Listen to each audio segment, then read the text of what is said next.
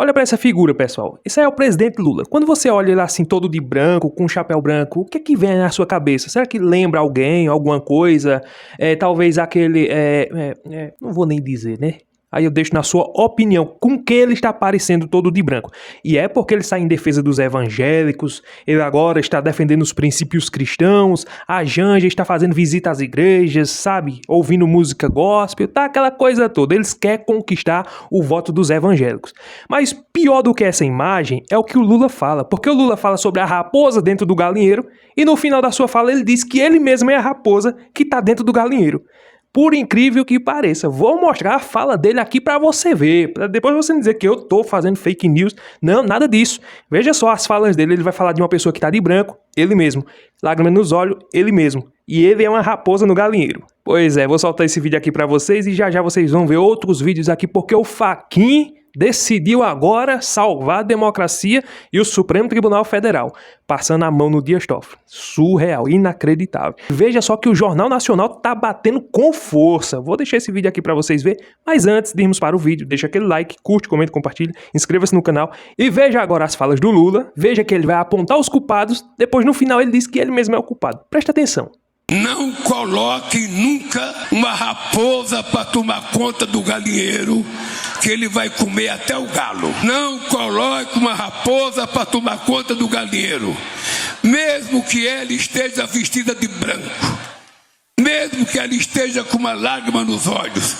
A raposa, ao ser colocada no galinheiro, ela vai comer as galinhas. Vocês que têm telefone celular, precisa tomar muito cuidado com a quantidade de mentira que vocês recebem todo dia. Precisa aprender a distinguir o que é verdade e o que é mentira. A mentira voa e a verdade gatinha. Todo mundo sabe. E tem muita gente mentindo nesse país. Tem muita gente contando mentira. E nós não podemos permitir que a mentira volte a governar. Cadê a carteira profissional verde e amarela que ia gerar emprego nesse país? Cadê a casa verde e amarela que ia acontecer para o povo? Cadê esse país desenvolvido? E olha só, pessoal, o Lindenberg Farias já está tomando providências para interromper o ato em que Nicolas Ferreira está tomando a frente. Veja só, não pode, segundo a narrativa do Lindenberg Farias, ao qual nós já vimos em alguns vídeos ele chorando, pode haver algum acidente na pista e ele está muito preocupado. Então, para evitar algum acidente na pista, porque tem muita gente agora, ele está entrando no Ministério Público para interromper, acionando a Polícia Federal, a PRF, para que venham parar o Nicolas Ferreira. Isso não pode acontecer. Olha só o que essa jornalista vai falar sobre o choro do petista que não consegue arregimentar nem 10 pessoas atrás dele. Olha isso aqui. Mas você vê aí, a esquerda não aceita não, querem barrar, não pode ter manifestação. O líder do PT na Câmara, Lindenberg Farias, e o deputado Rogério Correia acionaram a Polícia Rodoviária Federal para pedir providências contra a caminhada organizada pelo deputado Nicolas Ferreira. Os parlamentares solicitam a interrupção do ato, que segue de Paracatu até Brasília, sob a alegação de risco concreto à segurança viária. Segundo eles, a manifestação ocorre em rodovia federal de tráfego intenso, com uso do acostamento, em alguns trechos invasão da pista por rolamento por participantes. O documento também cita o uso de aeronaves para acompanhar o ato, inclusive com pousos nas margens da estrada, o que, na avaliação dos deputados, aumenta o risco de acidentes. Gente, era só o que faltava, né, Paula? Agora eles querem brecar a caminhada. Outra coisa importante que o Nicolas falou ali, quando ele disse que decidiu fazer a caminhada pra gente, ontem ele deu também uma entrevista aqui, ao vivo, né, exclusiva aqui pra gente, com o deputado Jordi, foi que ele ficou pensando muito e decidiu caminhar, porque ele tinha medo de fazer em frente a algum lugar, né, de estar ali, e de ter infiltrados, e de ter algum tipo de problema.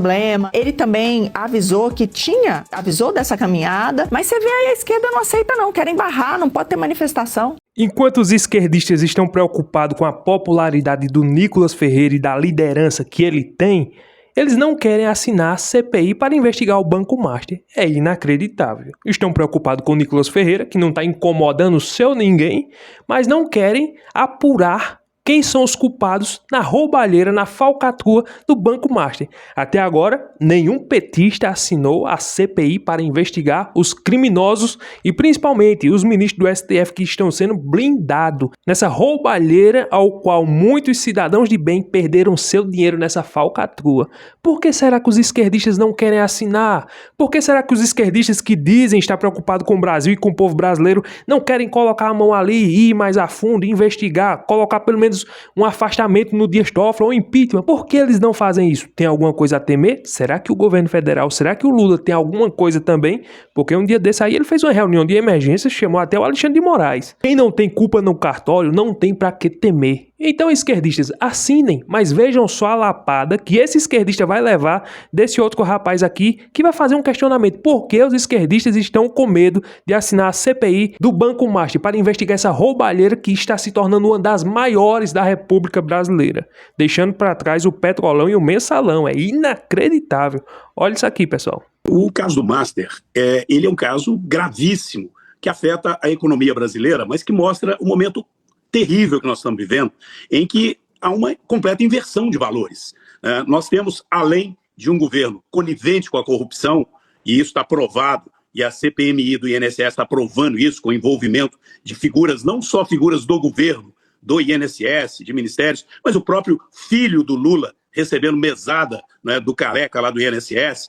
Como no caso do Banco Master, agora a coisa piora, porque a gente começa a ver figuras do STF que têm relações com o réu, né, procurando blindar todo o processo.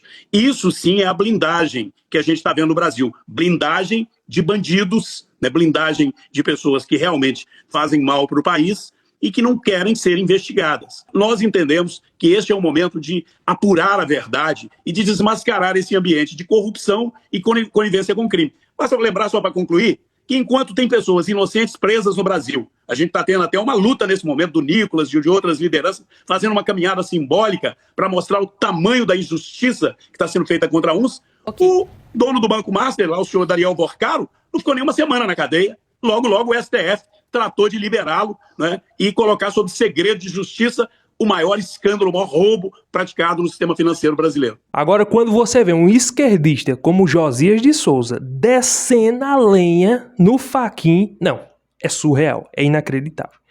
Veja só, olha a coerência desse esquerdista. Não estou dizendo que ele agora está apoiando a direita, nada disso não. Mas veja só que até um esquerdista tem lucidez para interpretar as palavras do Fachin, que resolveu passar a mão na cabeça do Dias Toffoli.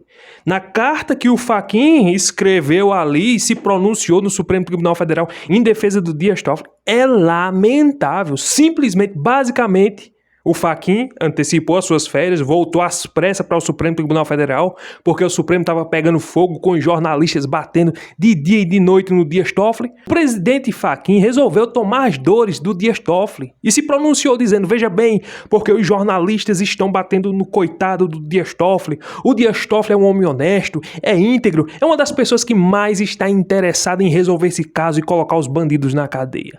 Foi basicamente isso que ele fez na sua carta. É uma vergonha. Agora, olha o esquerdista, olha esse esquerdista aqui descendo a lenha, porque eu vou dizer uma coisa. Esse Supremo Tribunal Federal já passou, já era. Na minha opinião, era para fechar esse Supremo, fechar no sentido que eu digo, tirar esses ministros e colocar outros. É inacreditável, não existe Suprema Corte, não existe democracia. Eles acabaram com o Brasil, eles estão acabando e afundando o Brasil, desmoralizados já estão. O que é que eles vão fazer mais? Olha a vergonha do que o Josias Souza vai falar sobre essa atitude vergonhosa do presidente do Supremo Tribunal Federal. Quando a gente pensa que o presidente vai tomar uma providência, pelo menos para afastar um ministro, não. Ele está dando apoio ao ministro para ele continuar blindando a sua podridão dentro do Supremo Tribunal Federal. Olha esse comentário, pessoal, com Josias de Souza. Foi muito ruim a resposta do ministro Edson Fachin. A primeira manifestação clara, pública dele em relação a essas revelações em torno do ministro Dias Toffoli, ao questionamento do trabalho do Toffoli no caso do Master, e é uma manifestação ruim. Transformar a crítica a magistrados em ameaças ao Supremo é um velho hábito dessa corporação das togas, né? Mas o Fachin exagerou. Nessa nota oficial que ele divulgou no final da noite de ontem, né? Ele sustenta que o Dias Toffoli vem atuando regularmente na supervisão judicial desse inquérito sobre o Banco Master. E aí, a pretexto de defender o Toffoli, ele escreve coisas assim, quem tenta desmoralizar o STF para corroer a sua autoridade, para provocar o caos, a diluição institucional, está atacando o próprio coração da democracia constitucional, do Estado de Direito. Quer dizer, para o Edson Fachin, o ataque não é ao Toffoli, é o Supremo e a própria democracia. Ele vestiu a carapuça do Toffoli no Supremo e no sistema democrático, né? E, a certa altura, ele reconhece, numa concessão muito interessante, reconhece que é lícito, é constitucional, é direito de todos a crítica, mas ele enxerga o trabalho jornalístico como uma atividade brutal. Ele anotou, a certa altura, no texto dele, que o primitivismo da pancada, quando é endereçado a ministro do Supremo, erra de endereço. E alega que o tribunal fez muito pela democracia, que vai fazer muito mais. De fato, há muito a ser feito, né? E o caso do Master deu à luz aí várias esquisitices, entre elas uma espécie de nepotismo processual. O Toffoli não se constrange com a revelação dos negócios de 2 dos seus irmãos com um dos alvos da investigação.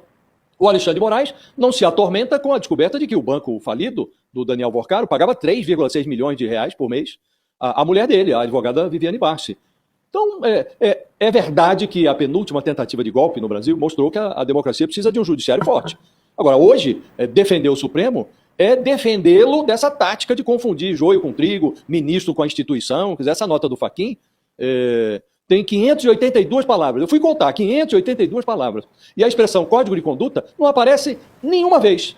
Não aparece uma mísera vez nas 3 páginas em que foram esparramadas essas palavras todas no documento do Edson Fachin. Então é um documento muito ruim.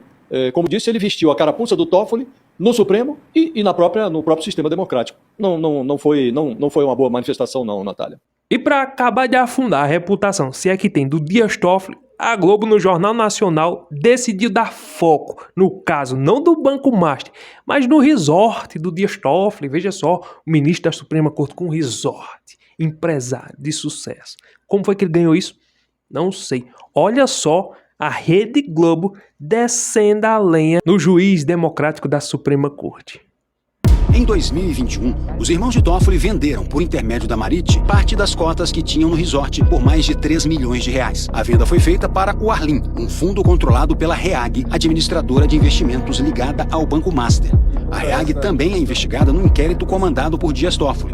O inquérito foi para o STF por determinação do ministro, após pedido dos advogados de Daniel Vorcaro, dono do Banco Master. Desde que assumiu o caso, Dias Toffoli decretou sigilo absoluto na investigação, marcou uma cariação entre o dono do Master e um diretor do Banco Central que conduziu o processo de liquidação do Master, reclamou da atuação da Polícia Federal e escolheu peritos da corporação para analisar material apreendido. O Fundo Arlim e a família Toffoli permaneceram como sócios do resort de setembro de 2021 até o ano passado. A família Toffoli vendeu a participação na sociedade em fevereiro e o Fundo Arlim deixou o negócio em julho. Hoje, reportagem do jornal O Globo revelou que o STF pagou 128 diárias a seguranças em viagens durante feriados, finais de semana estendidos e recesso do judiciário para a região onde fica o resort Itaiaiá, entre 2022 e 2025. O custo total das diárias foi de R$460 mil. Em geral, ministros do Supremo viajam acompanhados de segurança. Pois é, e por incrível que pareça, depois do Jornal Nacional mostrar isso para o Brasil e para o mundo, o presidente do Supremo Tribunal Federal ainda sai em defesa, como se fosse a criatura mais inocente do mundo. Os vilões são os jornalistas que estão denunciando as falcatruas deles. Quem foi que mandou descobrir as nossas falcatruas? Vou dar voz de prisão para vocês, jornalistas. Isso não pode. Vocês quebraram o nosso sigilo. Não pode fazer isso. Nós pode quebrar o de vocês. Vocês não podem quebrar o nosso. É exatamente isso. É inacreditável. É surreal. É o Brasil. Né? Que vergonha. Agora olha esse comentário aqui com o advogado Chiquinho, porque ele vai falar sobre uma reforma no judiciário brasileiro e precisa. Agora, para essa reforma acontecer no judiciário, principalmente no Supremo Tribunal Federal, é necessário que nós tenhamos maioria no Senado Federal. Porque se não tiver maioria no Senado Federal, nada vai acontecer. Essa aqui é a grande verdade. Olha só esse comentário com o advogado Jeffrey Chiquini. Esse 2026 é um ano sui generis, diferente de tudo que a gente já viveu no Brasil. É um ano que a gente precisa de uma reforma no sistema de justiça. Pela primeira vez, o centro do debate público e político é o sistema de justiça. E eu sei o que tem que ser mudado e o que tem que ser mexido no sistema de justiça. O Brasil precisa de uma reforma no sistema de justiça Eu estou nesse sistema de justiça podre, eu sei o que tem que ser mexido, eu sei como fazer e o que tem que fazer. Nessa reforma do judiciário, eu sei que é tanta coisa que a gente precisa mudar. Quais são, assim, as prioridades, as 3 prioridades que nós precisamos numa boa reforma do judiciário? Fortalecer os juízes de carreira. Fortalecer a magistratura de carreira. Eu tenho várias ideias maravilhosas. O dia que eu colocar essas ideias para vocês vão falar, nossa, a gente vai virar Suíça. Eu respeito os juízes de carreira. Para mim, se a Constituição diz, Marcília, que os poderes são independentes entre si, eu acho que o poder executivo não pode se meter no judiciário e o poder legislativo também não pode se meter no judiciário. O poder judiciário tem que ser formado do início ao fim por juízes de carreira, por indicações de próprios juízes. Então é o seguinte, como o cara chega no STF? Ele pode ser até nomeado pelo presidente da República, mas a indicação tem que ser por voto da classe. Enquanto nós não tivermos um sistema de justiça distante da política, nós não teremos justiça. Quando a política entra pela porta de um tribunal, a justiça e o direito saem pela janela. Para você que gosta de ficar bem informado com jornalista de qualidade, que não passa a mão na corrupção, olha só esse comentário do Constantino. O que ele vai falar sobre esse escândalo que está sendo um dos maiores aqui do nosso Brasil, que felizmente está deixando o Supremo Tribunal Federal nu diante do Brasil. Ninguém nunca ouviu falar sobre escândalo no Supremo, né? Pois agora os brasileiros estão vendo que o Supremo, que deveria ser o exemplo de justiça para o Brasil, está sendo um exemplo de impunidade, está sendo um exemplo de juízes que soltam a bandidagem, porque essa aqui é a verdade, prende inocentes. É uma corte totalmente política. Eu vou deixar o comentário aqui com o Constantino, porque eu gosto muito da análise dele. Olha isso aqui. Veja, esse escândalo do Banco Master respingou, para dizer o mínimo, em cheio no Dias Toffoli. Ele está metido nisso até o último fio do cabelo.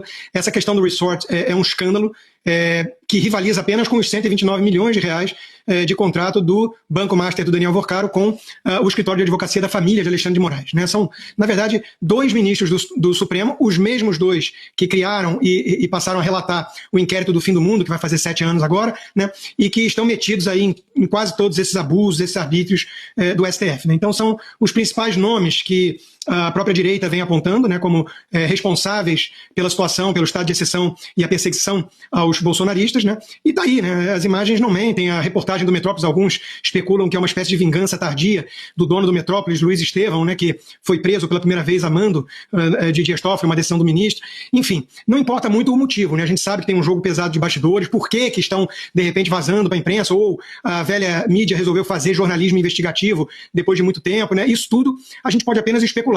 Mas os fatos que estão vindo à tona são suficientes em qualquer país sério para levar para a prisão a Alexandre de Moraes e Dias Toffoli. No Brasil, o que se discute é mandar para a primeira instância o caso do Toffoli, do Banco Master pelo Toffoli, para dar uma saída honrosa ao ministro. Quer dizer, em primeiro lugar, discutir competência de foro não tem mais nada a ver com questões técnicas e jurídicas, né? Uma questão política tratada dessa forma à luz do dia. Em segundo lugar, isso não dá saída honrosa nenhuma ao Toffoli, assim como o código de ética que quer o Fachin, tampouco, né? Isso não é uma questão que dependa de código de ética. Nós estamos falando aqui de corrupção braba. Corrupção braba, laranja. Né? Os irmãos do Toffoli, a cunhada, nós vamos mostrar, sequer sabia, né, que a família tinha sociedade numa coisa tão grandiosa e multimilionária, aliás, quase 34 milhões de reais enviados para paraíso fiscal após a suposta venda. Né? Então, e a venda para um advogado ligado ao grupo da JBS, que o Dias Toffoli aliviou 10 bilhões de reais em dívida. Quer dizer, tudo tão escancarado, Paulo. Nós estamos diante de uma quadrilha. Uma quadrilha cujos tentáculos tomaram conta também do STF, a última instância da justiça brasileira. Enquanto isso, não faltou gente acreditando, ou pelo menos fingindo que acreditava, que essa mesma turma criminosa estava perseguindo o Bolsonaro para salvar a democracia. E para aqueles que pensam que o Dias Toffoli é um juiz de carreira, foi um super advogado, que teve uma grande banca de advocacia, que já assumiu grandes processos, que já fez grandes defesas, eu vou colocar aqui esse senhor falando do histórico, de quem é o Dias Toffoli, o que foi que ele defendeu. Veja só, uma pessoa que fez concurso 2 vezes para juiz e foi reprovado e está na Suprema Corte. Não, é brincadeira, né? Olha só quem é o Dias Toffoli que você não conhece. Militante, só chegou lá no Supremo por causa que militou na defesa da CUT, do PT, dos esquerdas. Olha isso aqui, quem é o Dias Toffoli. Hoje você vai conhecer a verdadeira história de um brasileiro de sucesso. Esse rapaz da foto é José Antônio Dias Toffoli, confraternizando com os seus colegas do DCE, enquanto toma uma cervejinha.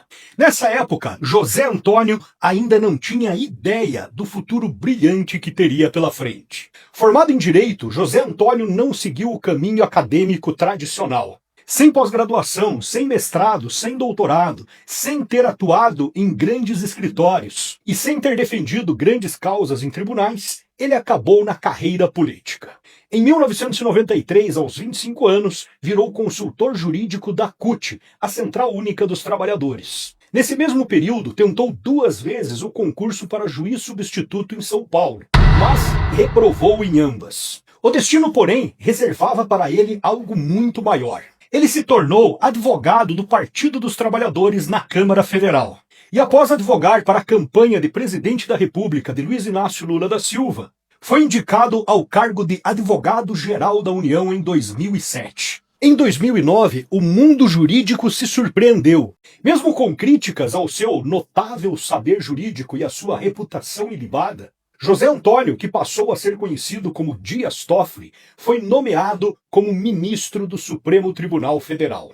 Curiosamente, após vestir a toga, o seu currículo foi transformado. O que antes faltava em produção acadêmica sobrou em produtividade. Agora, com participação em livros e produção de artigos com a sua autoria surgindo como um passe de mágica. Sua vida pessoal também prosperou. Ele casou com uma bem-sucedida advogada, que justamente por coincidência, após ele ser nomeado ministro do STF, passou a defender inúmeros casos na corte.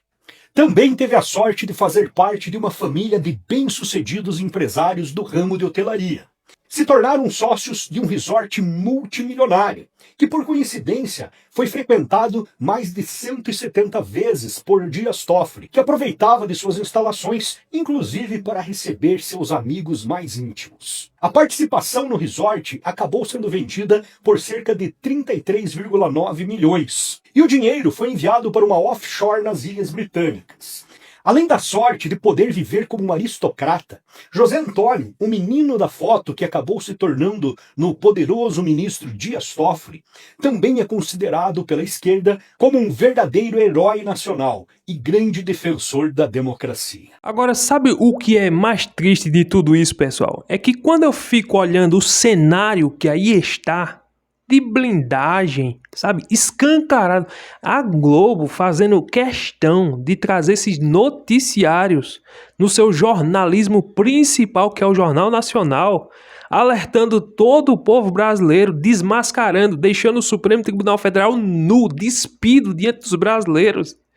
Pessoal, diante desses escândalos, o presidente do Supremo Tribunal Federal saiu das suas férias de forma antecipada, veio para o Supremo Tribunal Federal. A expectativa de muitos juristas era, não, quando o Fachin vir, o Fachin já vai com o código de conduta, e o Fachin vai dizer, ó, Dias Toffoli, você não tem condições de permanecer na frente do caso, se afaste, dê lugar a outro. Não. O Fachin simplesmente vem com a intenção de blindar, ou seja, já é um jogo de cartas marcadas. Antes do presidente Fachin se pronunciar blindando o Toffoli, primeira coisa que ele fez, conversou logo com todo mundo. E aí? Ó, tô pensando em fazer esse discurso, e aí eu tô querendo blindar o Toffoli, o que é que tu acha? Aí os outros dizem, não, blinda, é nosso colega, vamos ajeitar ele, não vamos queimar ele não. Antes do Fachin se pronunciar, primeiro tem uma reunião nas ocultas, porque ninguém sabe disso. Primeiro, o presidente precisa do apoio de todo mundo para que ele vá com a força do Supremo Tribunal Federal para vir com aquela narrativa. Nós do Supremo Tribunal Federal estamos defendendo a democracia, nós estamos defendendo aqui a autonomia do Supremo e eu quero dizer a todo o Brasil que o Dias Toffoli é um juiz de carreira, é um homem honesto. O culpado é vocês, jornalistas, que estão descobrindo coisas que era para deixar quieto. Vocês são os culpados. Só faltou ele dizer isso. Mas quando você vem interpretar as falas dele, é exatamente isso que ele está dizendo. Os jornalistas estão sendo antidemocráticos porque eles estão descobrindo coisas que era para estar escondida. Então, jornalistas, vocês estão fazendo um péssimo serviço para a sociedade. O que é que vocês têm que fazer? Deixa eu ensinar. Tô colocando isso aqui, tô fazendo apenas uma metáfora, uma analogia. Como se, o que ele quis dizer é isso. Não era para vocês descobrir essas coisas. Tava tudo tão bem quando a corrupção estava escondida. Depois que vocês estão desmascarando esses escândalos, o Brasil está ficando aterrorizado com a gente. Então eu tenho que vir aqui, diante do Brasil, isso o presidente, isso eu penso que o presidente quis dizer isso com as suas palavras. Eu tenho que vir aqui diante do Brasil dizer a vocês, jornalistas e povo brasileiro, que vocês estão enganados com relação a nós. Nós somos democratas.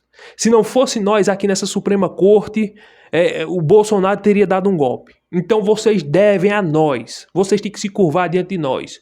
Nós aqui podemos investigar qualquer pessoa, podemos colocar a Polícia Federal qualquer pessoa, podemos quebrar o sigilo de qualquer pessoa. Nós somos intocáveis. Toffoli não vai se afastar do caso. Se fosse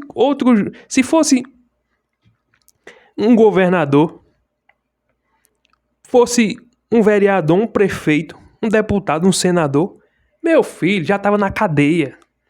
Mas o Toffoli não. O Toffoli, com toda a sua incoerência, com esses escândalos de resort, dos irmãos, e tá ali a esposa do outro que fez um contrato multimilionário que não tinha causa, só tinha uma única causa, e que perdeu, por sinal, e ainda conversa com o presidente do Banco Central, tentando blindar a questão do Master, e não acontece nada, e fica por isso mesmo, e a toga deles os superpoderes deles, é como se fosse a capa do super-homem, ao qual aquela toga ali parece que ele sai voando do Supremo Tribunal Federal até em casa com aquela toga, né?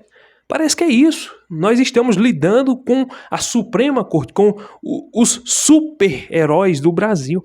Parece que é isso. Eu tenho que falar assim de forma jocosa, tipo zombando mesmo, porque parece que é isso. Todo mundo pode ser investigado, menos esses ministros. Todo mundo pode ser processado, menos esses ministros.